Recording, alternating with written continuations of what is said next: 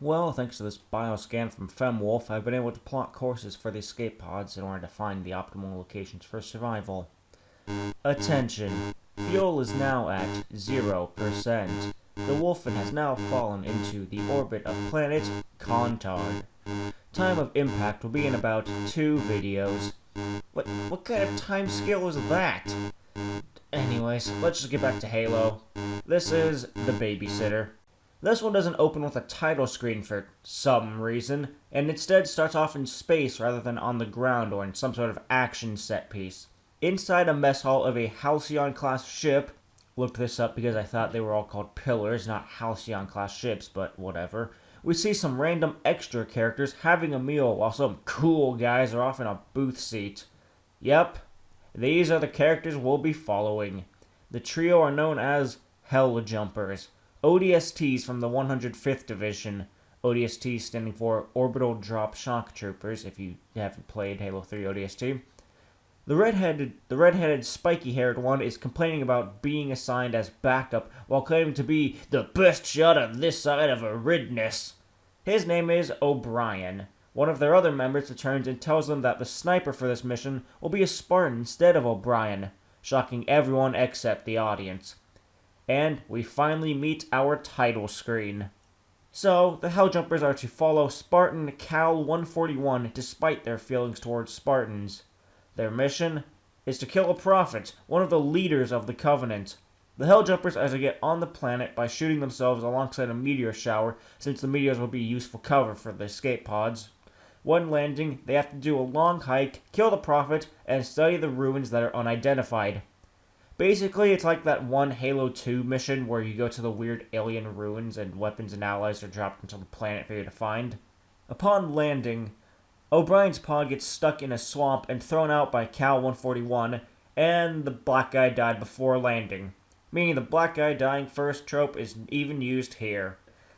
O'Brien still hates not being the chosen sniper for the mission, and their march is moving towards their sniping location and seeing the ancient ruins, which do look pretty cool, but Covenant already is patrolling it. So, Cal 141 and the ODSTs go and start killing the Covenant through executions, except for O'Brien, who steps on a twig and makes a noise, kills a grunt, and is saved by the Spartan from a brute wielding a gravity hammer. We get some action between Cal and the brute before cutting back to O'Brien getting saved again, this time almost falling off a waterfall. I really wish he fell off it. The Helljumpers, led by Cal, explore the set piece that are the alien ruins, and finally they get to a good vantage point. Also, somehow, they have the sniper rifle despite it falling off the waterfall in an earlier shot, but oh well. O'Brien is still pissy, and then the mission truly starts as the Prophet's ship lands, but some red-eyed monster is also in the ruins and charges the group, with O'Brien being saved yet again by Cal. The brute is easily disposed of, but the Spartan is too badly damaged, suffering from a head injury, and tells O'Brien to take the shot since they are unable, and he does, with the Covenant just yelling in grief, I guess? They don't do anything after losing their leader except yell? Okay, sure. Oh, and Cal 141 is a hot woman. After literally nothing from the Covenant, the ODSTs leave Cal's body on the planet after she dies and gives them the information to give to Dr. Halsey. After her death, we are back on board the ship with a familiar scene, but a lesser soldier just running and sitting among the Hell Jumpers, despite them being too cool for the guy earlier, and talking poorly about the Spartan before getting an apple thrown at him in retaliation for his bad words. As O'Brien looks out into space, we see the times he spent with Cal before ending on a scenic look of the planet. Is that it? That felt so lackluster. Like, nothing big happened story-wise. I don't feel like there's anything memorable from it, and the characters weren't really fleshed out or explored.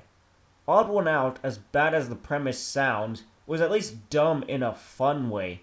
This was just like the most normal mission possible, and it feels so boring.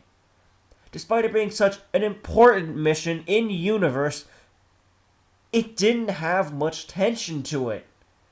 The stealth kills were cool at least. The waterfall fight with the brute was alright at best, and the final fight with the brute was too quick. O'Brien is just annoying whenever he talks because he thinks he's the toughest shit there is. Nobody's better than him at sniping, and suggesting otherwise is foolish, apparently. And it's proven to be that way throughout the episode. He goes on and on about how he's the best, and then the Spartan tells him he's the only one who can do it, further proving his complaining was justified. Aside from Mr. O'Brien, master of complaining, there are no characters. Cal 141 is silent most of the time, and her actions don't speak anything of her character outside of just being another soldier. The other Helljumpers are just as bland, and the Red-Eyed Brute is just a boss fight or unthinking monster. The ending also doesn't make any sense. O'Brien is cool with Cal because she inadvertently praised him before she died, I guess? She didn't really do anything meaningful to him. He hated being saved by her the 3 times it happened, and when she gets talked badly by the random soldier, he defends her by throwing the apple. Why? Does he suddenly like her now? When did he like her? Was Cal's reveal of being a hot anime waifu supposed to be shocking because they were mute? Was it a Samus Aran tribute? Why was one of the more interesting plot lines an assassination mission against one of the Covenant's leaders one of the most boring parts I've ever seen? Seriously, go watch this one for yourself and you'll see what I mean. Are there any positives? Yeah, probably only one positive thing. The artwork. I'm not talking about the animation because that was good and bad at times. I'm talking about the backgrounds. They were gorgeous and detailed pieces. The ancient ruins, my god, they were grand. Despite taking inspiration from, I think, Asian temples and statues, they were still pretty gorgeous. Sadly, or rather not sadly, I guess, I have to give this a 3 out of 10. The background artwork is great. Voices aren't too bad. Cal 141 does get waifu points, I guess. And the plot premise is interesting, but the execution is poor. Animation stands out when it is placed in front of the backgrounds, almost as if 2 companies didn't communicate when making this together. And there's nothing memorable in it. Every other chapter so far has something memorable for me. Origins is the story of the Forerunners, their defeat, and growth of humanity across the universe. The Duel is about the very first Arbiter in a style of like Samurai or Ronin kind of movies. Homecoming is a tragic story of a Spartan learning the reality that she has been replaced, and being a Spartan is the only thing she has in life now. Odd One Out had some comedy, and the premise of it was very outlandish. And Prototype was a man redeeming his humanity while using a prototype weapon to get his soldiers to safety. All I remember from this was some jackass gets proven right about being the best sniper and waifu bait. I don't think I have anything else to say for this. I'm Wolf, and I'll see you all later.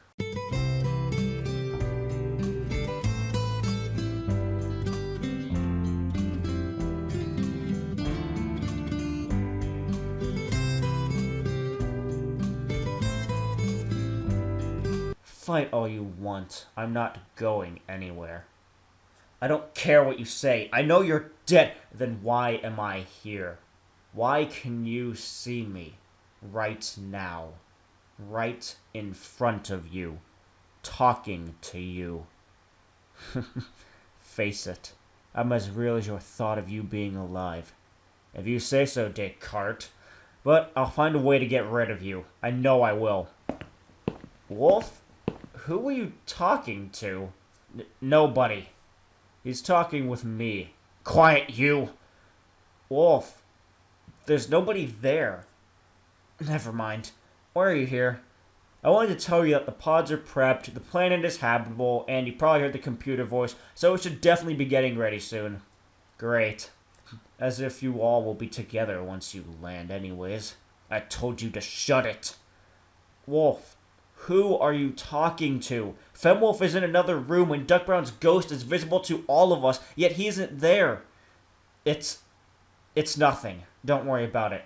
I'm fine, Human Wolf. If You say so.